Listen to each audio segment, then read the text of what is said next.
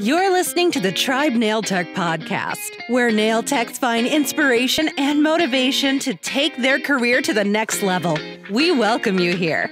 Now tribe up and slay your day. Here is your host, Becky Bunnell. Hello and welcome to this episode of the Tribe Nail Tech podcast. I'm your host, Becky Bunnell, and this episode is sponsored by Sojel Nails. Don't forget to hop on over to sojelnails.com/contest to enter for today's product giveaway. Hey everybody, today's topic that we're going to talk about today is booth rent versus employee. So this is a very desired topic because people don't quite understand the difference sometimes in the industry. So you're a nail tech, you've just got done with nail school, now what do you do from here? So there's quite a few options as a nail tech. Speaking for Utah, we are allowed to work out of our homes. So that's one option, or you can choose to go into a salon. So there are some different options if you choose to go into a salon. So there is booth rent, and there is commission or hourly. So a lot of these different situations get kind of muddled sometimes. So you want to do some investigating and check out some different salons. Maybe go talk to the owners. Maybe do an interview, I would suggest, for yourself. There's nothing wrong with you interviewing different salons and seeing which one is the best fit for you. So let's talk about booth rent. So when you booth rent, you are renting a space inside somebody else's business, in typically somebody else's salon. You'll have your desk and your little area. Now, every salon has probably different contracts, different rules. Maybe they have different dimensions. Maybe have different things included. Maybe a salon includes the desk, the lamps, use of the pedicure chair. Maybe someone else's salon would say, well, you have this space. You can bring in your own desk. If you use our pedicure chair, it's going to be an additional fee. So there's all kinds of different scenarios that can arise. And so you need to make sure that you talk to the salon owner about what all of that entails. Read through that contract and make sure that it's a fit for you. So if you are a booth renter, you are your own business. So really, you're the salon owner. She isn't over you, okay? Your business isn't her business. Okay, so obviously she's going to want you to be reliable and have your own, kind of standards to what fits for her. So that's maybe why she will interview and ask you different questions and see if you're the fit for her. But she cannot tell you what hours to work. She cannot tell you what days you have to be there.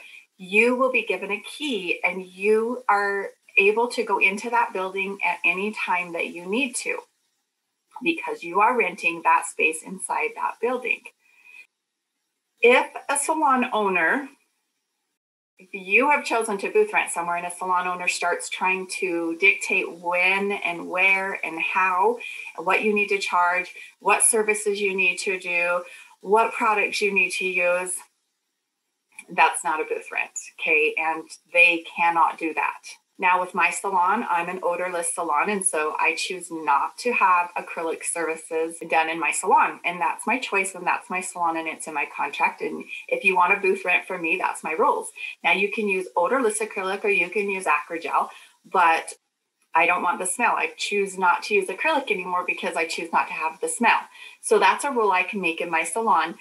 And then people that booth rent for me would follow that rule because that's in my contract and that is what my standard is for my salon. But I cannot tell them, you can only use this product and these are what your prices are and these are the days you have to work and I expect you to wear a uniform or an apron. I can't do that because they are not my employees. Okay, so you buy your own products. You have to carry your own insurance. You have to have your own business license. You cannot work under the salon owner's business license. And so many nail techs reach out to me and have asked me this question. Hey, I'm going into the salon. They tell me that I can work under her business license and I'm booth renting. No, that's not correct. So a lot of salon owners don't trust that they know the rules because a lot of them kind of muddle everything between and say things that really aren't true that could really get you into trouble. Okay, so booth renter, you your own business, own insurance, own taxes, you collect your own money, and you've got to have that business license. So you need to register with your state the name of your business. You need to get approved for that first. Then you take that print off, and then you will take it into your city, and you will apply for a city license. And they will have to see that your name is registered with the state before you're able to get a city license, okay? Now, if you're doing it out of your home, same thing. Insurance, you need to register a name, you need a business license with your city, and each city is going to be different. I've had a town where I applied for a business license and they had to put it up in front of the board and vote on it, whether I could have a license in the city or not. And then I had to wait for it to get approved, pay the fee, and then I was good.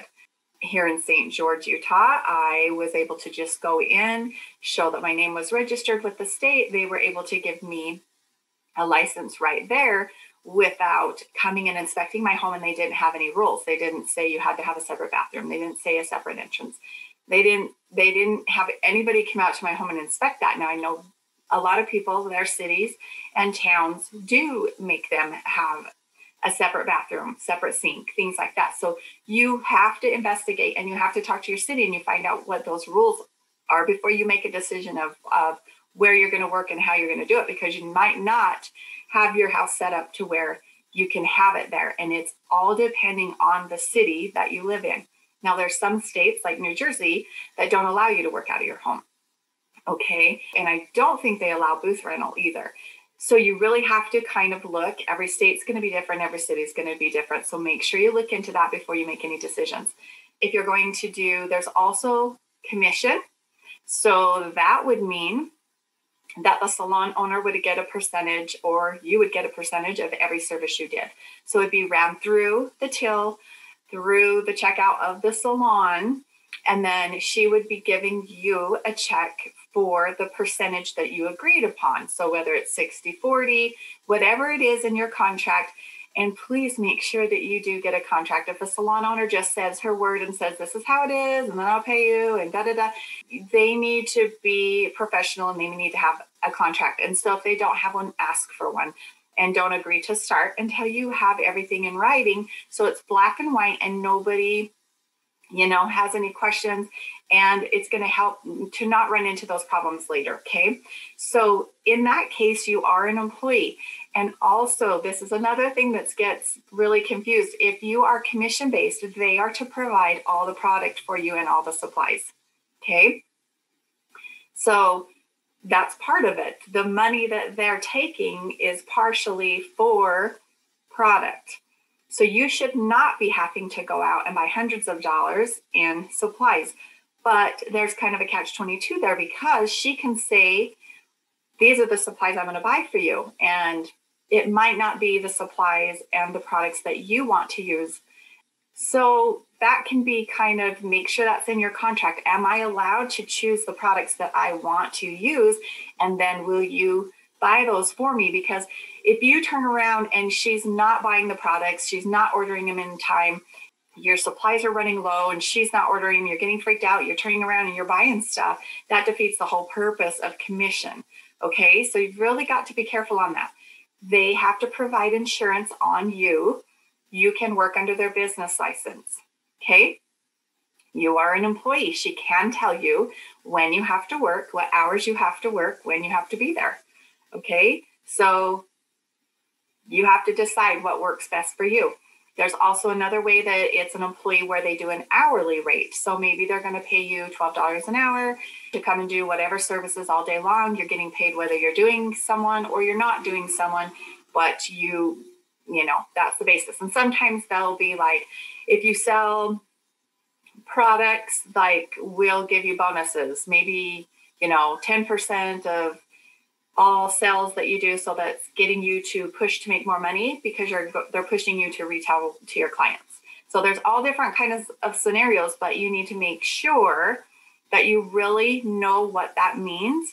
And you need to make sure that the salon owner really knows what that means, because a lot of salon owners just don't get it, and they don't really know what the rules are. So I would say definitely hop around to different salons, go talk to the owners, ask to see their contracts, and investigate before you decide to go somewhere. And also check out just the vibes and what it's like. Maybe before you even check with them about work, go there and get a service done and feel the environment. Is there a lot of gossiping going on? Is there a lot of negative talk? Is there cursing? And maybe you're into all that. Maybe that's good for you. Maybe that's a good vibe for you.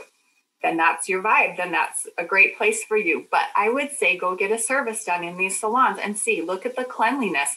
Go into the restroom, because your clients are going to be in that environment. They're going to be going into that restroom. They're going to be listening to the conversations that are going on in the salon. And you need to make sure that that's going to be a good fit for you, because there's nothing like being in a salon where every day you just walk in and it's just that negative feeling and a negative atmosphere, and you hate going to work every day. I've been there. I've been in salons like that where it just every day was just such a challenge for me.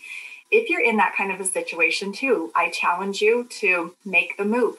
Your clients, if you're good at what you do and your clients love what you do, they're going to follow you no matter where you go.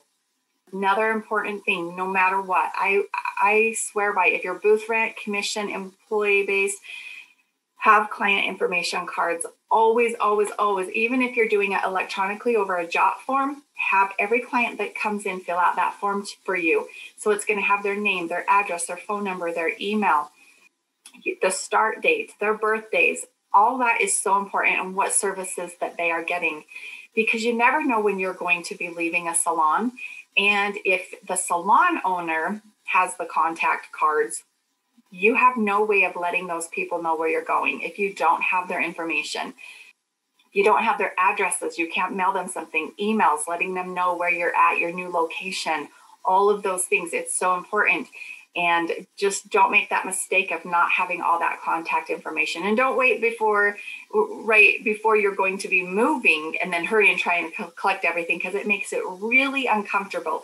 If you've let the salon owner know already, or you've let your clients know, and there's chit chat and talk about you leaving, you could get in trouble for stealing clients or whatever they want to label they want to put on that, right? They're going to say those are the salon's clients, things like that. So always, always do client information cards or a jot form for every single client that comes to your chair.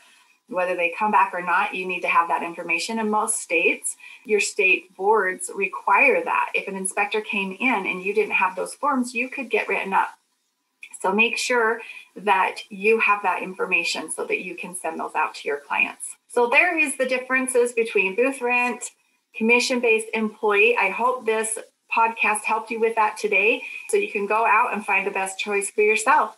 And as always, tribe up and slay your day.